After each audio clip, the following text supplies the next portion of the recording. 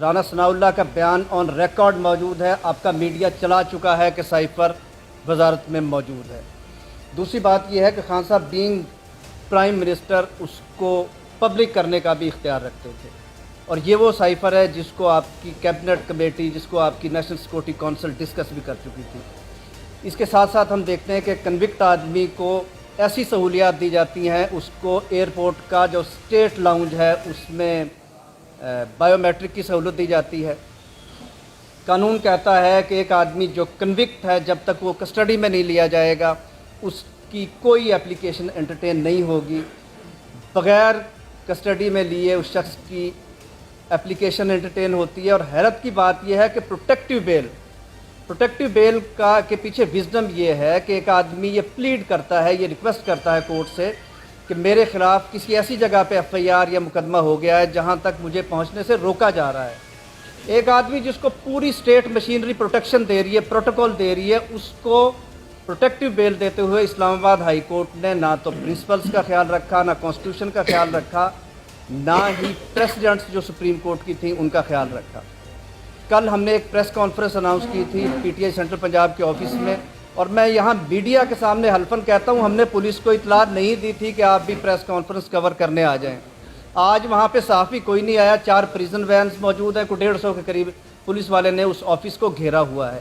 تو یہ وہ لیول پلینگ فیلڈ ہے جس کا پچھلے 1.5 سال سے مریم نواز صاحبہ، نواز شریف صاحب، شہباز شریف صاحب اور یہ سارا کا سارا پی ڈی ایم ٹولہ دہائی دے رہا تھا۔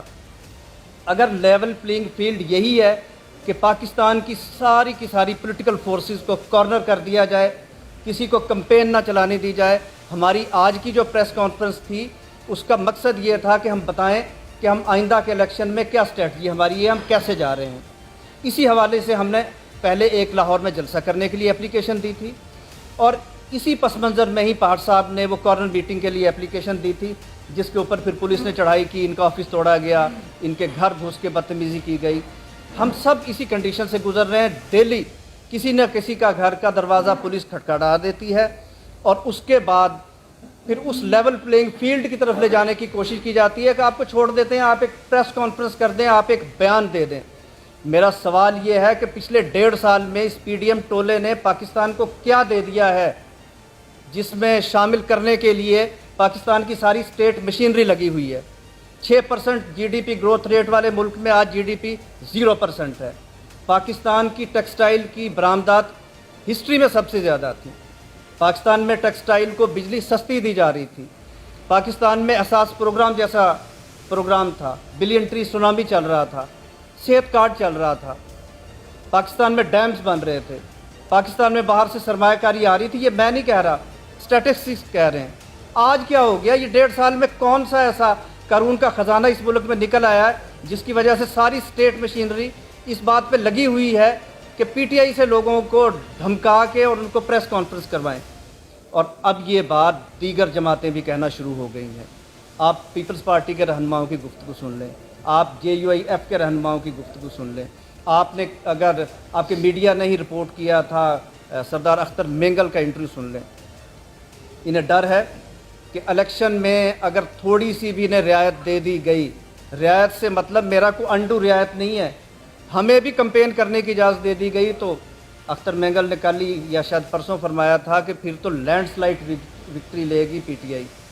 اور آخر میں یہ کہوں گا کہ 9 مئی کے واقعات کو بنیاد بنا کے پی ٹی آئی کو وکٹمائز کرنا بند کر دیا جائے۔ اب تو یہ سارا کا سارا جو پلان تھا کھل گیا ہے، آپ کے سامنے ہے کہ خاتون جن کا نام اندلیب عباس جو پی ٹی آئی کی سابق ایم این اے رہی ہیں، وہ 9 مئی والے دن کہاں پہ تھیں؟ وہ کس گاڑی پہ کھڑی ہوئی تھیں؟ وہ جس خاتون کی گاڑی کی چھت پہ کھڑی ہوئی تھی اس کو تو پچھلے 5 ماہ سے ختیجہ شاہ کو آپ نے جیل میں رکھا ہوا ہے، اور جو چھت پہ کھڑے ہو کے نعرے لگا رہی تھی اس کو صرف ایک پریس کانفرنس کرنے کے بعد عام معافی مل جاتی ہے۔ ہم سب دوست جو یہاں پہ بیٹھے ہوئے ہیں، ہمیں بھی 9 مئی کے واقعات کا افسوس ہے، لیکن یہ افسوس سٹارٹ کیا جائے اسلام آباد ہائی کورٹ میں توڑ پھوڑ سے۔ سب سے پہلے ان لوگوں کی شناخت کی جائے جنہوں نے خان صاحب کو اسلام آباد ہائی کورٹ کے بائیو میٹرک روم سے اغوا کیا تھا۔ میرا چیف جسٹس اسلام آباد سے مطالبہ ہے